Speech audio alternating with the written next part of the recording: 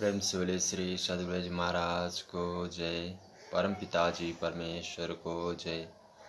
प्रात स्मरणीय परम पूज्य संत ज्ञानेश्वर स्वामी सदानजी परमहंसबाट विरचित सद्ग्रन्थ सबैको वास्तविकता अन्तर्गत आजको प्रसङ्ग रहेको छ मानव शरीर। वास्तवमा मानव शरीर के हो, के को लागि मिलेको हो र यसको संरचना कसरी भएको छ भन्ने प्रसङ्ग रहेको छ। आदरणीय भगवत जिज्ञासु बन्धुहरू, शरीर कोषहरू सेलबाट निर्मित त्यो आकृति हो जसमा आत्मा सोल जीव सेल बनेर तथा जसबाट संसारको कर्म गरेर तदनुसार भोग भोग्दछ। शरीरको उत्पत्ति चार प्रकार जरायुज, शोधज, अण्डज र उद्भिजबाट भएको छ। यो 84 लाख प्रकारका आकृतिहरूमा जानिन्छ देखिन्छ, जसमा मनुष्य शरीर एक श्रेष्ठतम र सर्वोत्तम आकृति हो।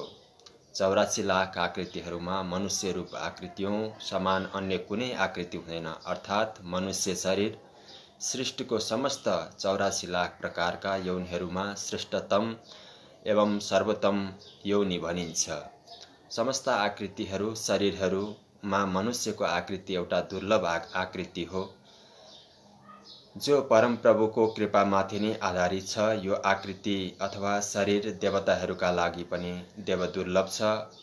प्रमाणको आधारमा श्री रामजीको वाणी श्री रामचरित्र मानसमा एउटा श्लोक लेखेको छ, बडो भाग्य मानुष तन पावा सुरदुर्लभ सद्ग्रन्थ न गावा भन्ने प्रसङ्ग छ।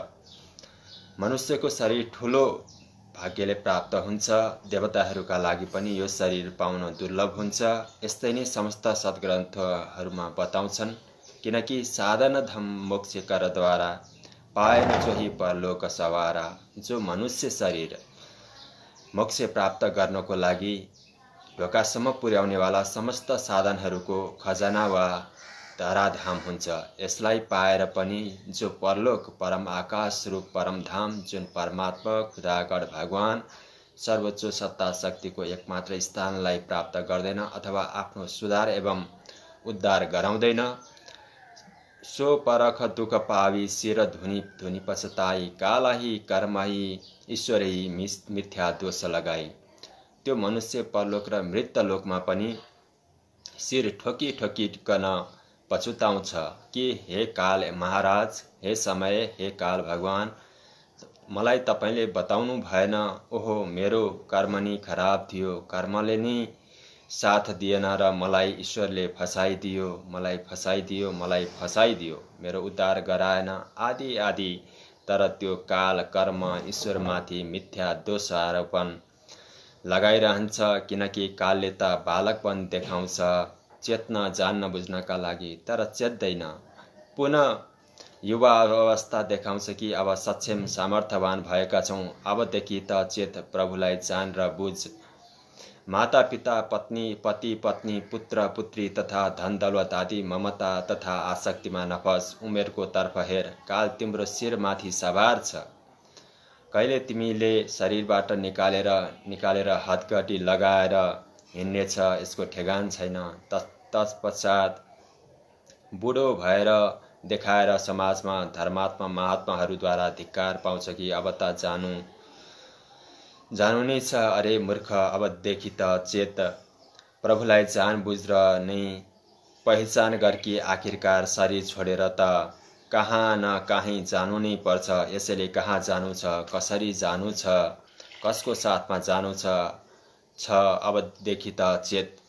किन आसक्ति एवं ममताद्वारा कामिनी र काञ्चन रूप संसारमा फसेका छौ? अरे जड, अरे मूढ, यी सब जड हुन्, यसमा नफस आदि आदि बारम्बार बताइन्छ, फेरि पनि चेत्दैन। र नफस आदि बारम्बार पनि होइन भने काललाई नि दोषारोपित गर्दछ।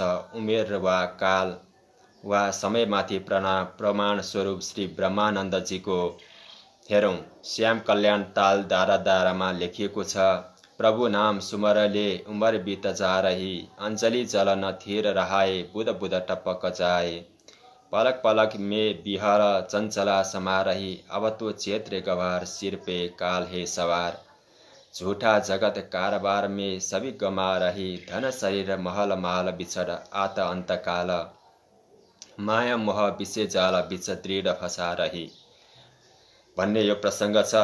ब्रह्मानन्द स्वरूप पूरा घट में अपने जान रे पंक्तिको स्थानमा सन्त ज्ञानेश्वर स्वामी सदानन्द परमहंसले यो आत्मतत्व रूप पुराण झट में पहचान रे भन्ने प्रसङ्ग राखिएको छ।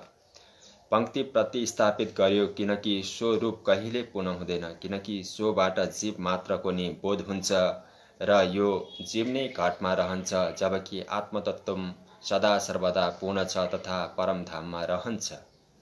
किनकि आत्मतत्वबाट नि सम्पूर्ण ब्रह्माण्डको सम्पूर्ण स्वरूप जीव तथा ज्योति रूप आत्माको उत्पत्ति र तत्त्वज्ञानको यथार्थता रहस्यमय जानकारीको माध्यमबाट आत्मतत्वमा नि विलय हुँदै एकत्व बोध हुन्छ, जुन अन्य कसैको माध्यमबाट भले नि मानियोस् तर यथार्थता जान्न र चिन्न सकिँदैन।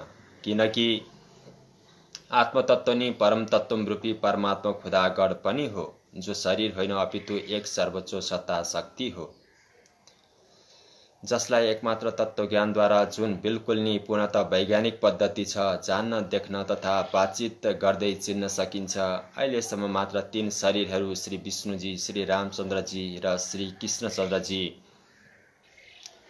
ले नै यस आत्मतत्व रूपी परमात्मा खुदागण वा सर्वोच्च सत्ता शक्तिलाई जनाउनु भयो, देखाउनु भयो तथा बातचित गर्दै गराउँदै पहिचान गराउनु भएको थियो।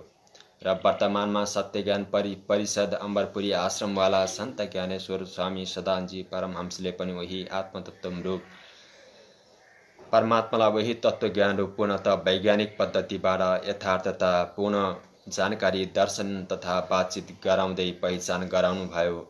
यसमा सन्देहको ठाउँ छैन, किनकि ब्रह्मानन्दजी जीवात्मा हंसो सोहम तथा ज्योति मात्रवाला थिए, सदानन्द परमात्मा आत्मतत्ववाला हुनुहुन्छ।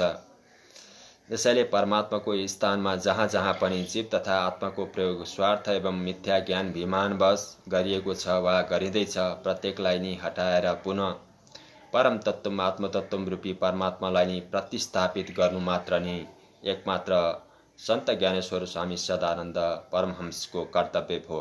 अत जहाँ कहीँ पनि परमात्माको स्थानमा जीव र आत्माको प्रयोग हुन्छ, सदानन्दले त्यसलाई पूर्वोक्त गर्नेछ।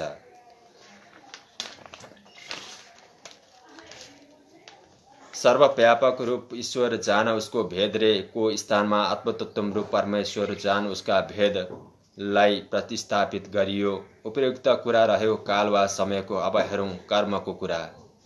मनुष्य शरीर संसारमा केवल कमाउन खानको लागि मिलेन, बरु अमरता वा मोक्ष पाउनका लागि मिलेको हो।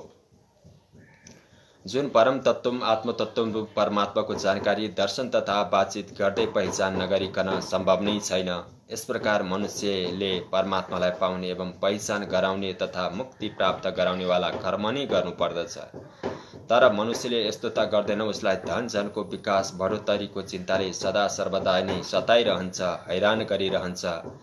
मनुष्य रात दिन संसारमा ठोक्कर खाइरहन्छ, फेरि पनि उसैमा ठेल मठेल गरिरहन्छ। तर परमात्माको प्राप्तिको साथमा परीक्षा स्वरूप पनि थोरै पनि परेशानी वा कष्ट भएमा तुरुन्त रिसाएर उसको साथ नि छोडिदिन्छ।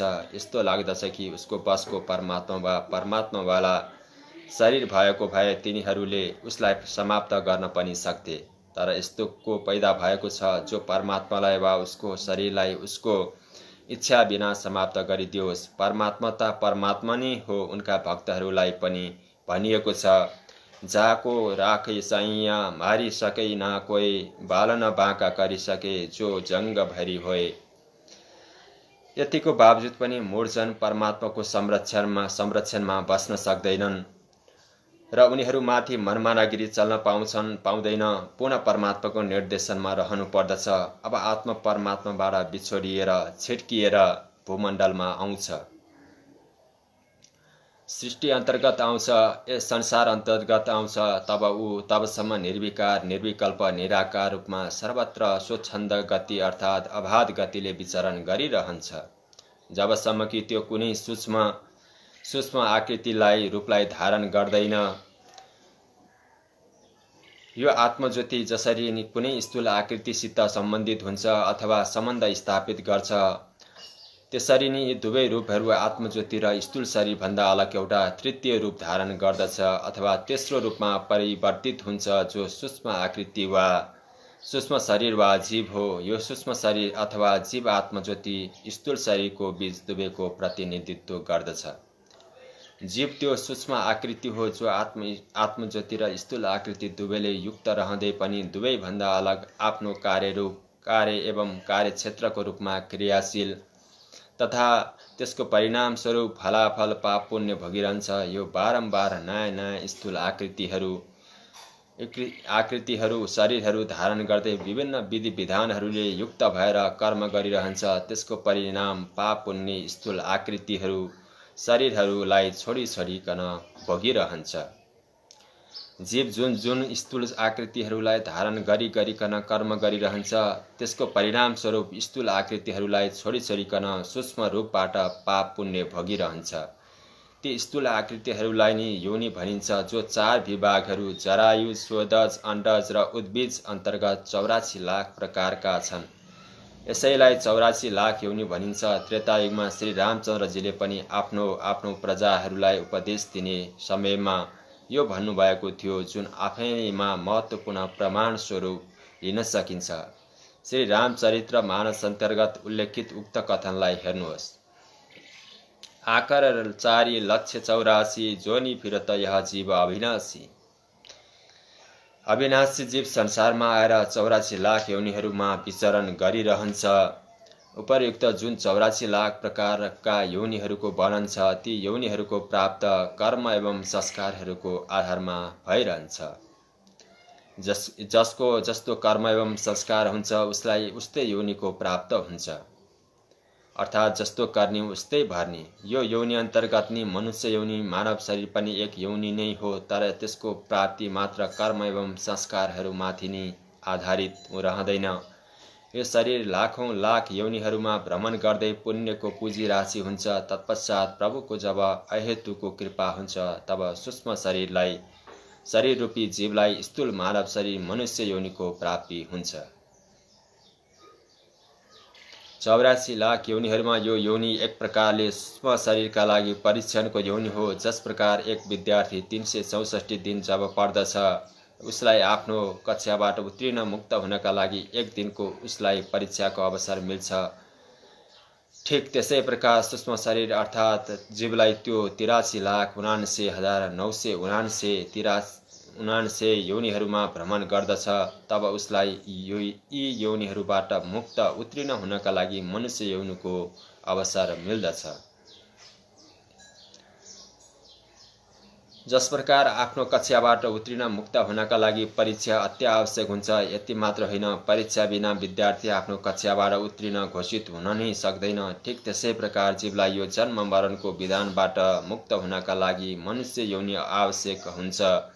यति मात्र होइन मनुष्य योनिको सिवाय अन्य योनिहरू पनि मुक्ति हुन सक्दैन। हालांकि अवपाद स्वरूप जटायु आदिलाई मुक्ति गिद्ध योनिमा नै मिलेको थियो, तर यो तब भयो जब जटायुले मनुष्यले जस्तो कार्य अर्थात् सीतालाई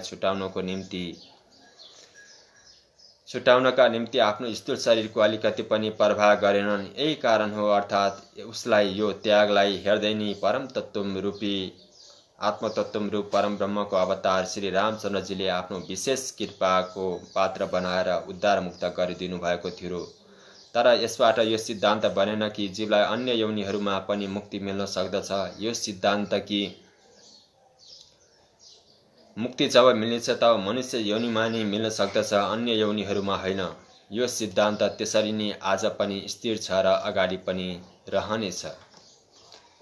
आत्मज्योति रूप चेतन शक्तिलाई संसारमा सर्वप्रथम जब स्थूल शरीरको सम्बन्धबाट सूक्ष्म शरीर अर्थात् जीव बनेर यस संसार अन्तर्गत कर्म गरेर त्यसको भोगानुसार स्थूल शरीर सूक्ष्म पुनः स्थूल पुनः सूक्ष्म पुनः स्थूल अर्थात् बारम्बार यही जन्म मरणको चक्र जुन सृष्टि चक्र कहलाउँछ लागिरहन्छ। यो जन्म मरणको चक्र तबसम्म लागिरहन्छ जबसम्म कि परम तत्त्व आत्मतत्त्व रूप परम ब्रह्मको आफ्नो परम धामबाट भूमण्डलमा अवतरित भएर धारण गर्नेवाला शरीर जो अवतारी कहलाउँछ कृपा पात्र बनेर मुक्ति हेतु स्वीकार गरिँदैन।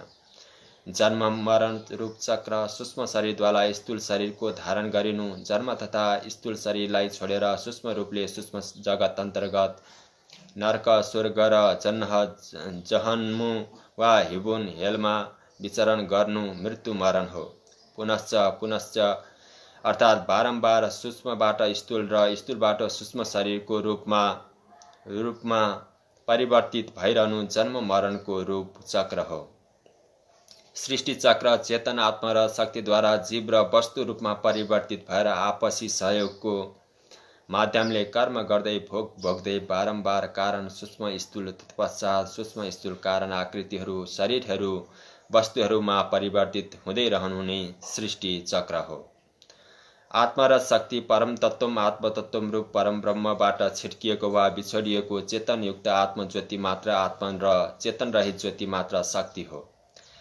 आत्मा र शक्ति दुवै नै ज्योति मात्र नै हुन्छ। फेरि पनि यो ज्योति चेतनताले युक्त हुन्छ, त्यही आत्मा अथवा आत्मज्योति अथवा दिव्य ज्योति डिभाइन लाइट हो। ठीक यसको विपरीत जुन ज्योति चेतनाहीन हुन्छ, केवल त्यही शक्ति वा विद्युत वा ऊर्जा अथवा ज्योति लाइट मात्र नै हो। जीव रूप धारण गरी कोशीय पद्धति सेल सिस्टमबाट संसारमा कार्य गर्नेवाला ज्योति नै आत्मा हो। तत्पश्चात शक्ति रूप वस्तु रूपमा परिवर्तित भएर जीवहरूको साधनको रूपमा सहयोगी रूप हुँदै रहँदै आणविक पद्धतिबाट प्रयोग आउनेवाला ज्योति मात्र नै शक्ति पावर हो।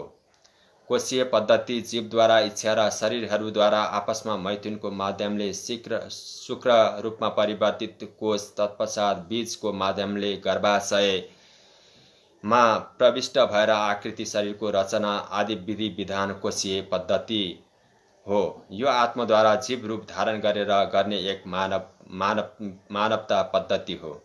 आणविक पद्धति शक्तिद्वारा आकाशमा वायु, तत्पश्चात वायुको आपसी सङ्घर्षबाट तेज र अग्नि भएर वायु तापको माध्यमले जल बनेर तत्पश्चात आकाश वायु अग्नि जलको आपसी सङ्गठन तरङ्गहरू तत्पश्चात जमाएको रूपमा परिवर्तित भएर वस्तु र विभिन्न निर्जीव आकृति रूपमा जीवधारी सजीव आकृतिहरू निर्जीव आकृतिहरू शरीरको कर्म एवं भोगमा प्रयुक्त हुन्छ। यो नै आणविक पद्धति हो। यस शक्तिद्वारा अक्षय भण्डार तत्पश्चात मेसान रूपमा हुँदै इलेक्ट्रोन प्रोटोन न्युट्रोन तत्पश्चात सङ्गठित क्रियाकलापबाट एकीकृत रूप धारण गरेर परमाणु रूप हुँदै अणु बन्दछ। तत्पश्चात अणुहरूको सङ्गठित क्रियाबाट नै भिन्न भिन्न वस्तुहरूको निर्माण हुन्छ। खुदागर भगवान आफ्नो सृष्टिमा असत्य, अधर्म, अन्याय, अनीति, मिथ्यावाद, आडम्बर, ढोग, पाखण्ड र धर्म व्यापार कदापि सहन गर्न सक्दैन। जब ऊ आफ्नो परमधाम विस्त प्याराडाइजदेखि उत्रिएर यस धरतीमा आउँछ, तब धर्मात्मा धरतीको रक्षाका निम्ति विभिन्न प्रकारबाट लीला गर्दै आफ्नो ललकारपूर्ण चुनौतीहरूले सबै मिथ्यावादीहरूलाई ललकार्दछ। असत्य, अधर्म, अन्याय, अनीतिलाई समाप्त तथा त्यसको स्थानमा सत्य, धर्म, न्याय नीतिको संस्थापन जुन गरिन्छ। यति भन्दै आजको प्रसङ्गलाई यहीँ पर विराम गर्न चाहन्छु र भोलिको प्रसङ्गमा रहेको छ विलक्षण शङ्का समाधान, चार्मी कम्प्लेक्स, मार्बे रोड, दुग्लवाला, पश्चिम मुम्बईमा श्री डाक्टर के मिश्रको मित्र मण्डलीमा भन्ने प्रसङ्ग भोलिको प्रसङ्ग रहेको छ। यति भन्दै आजको प्रसङ्गलाई यहीँ पर विराम गर्न चाहन्छु। प्रेम से बोले श्री सद्गुरुजी महाराजको जय, परमपिताजी परमेश्वरको जय, आनन्द कंद लीलाधारी प्रभु सदानंद मनन भगवानको जय। जय प्रभु सदानंद जी।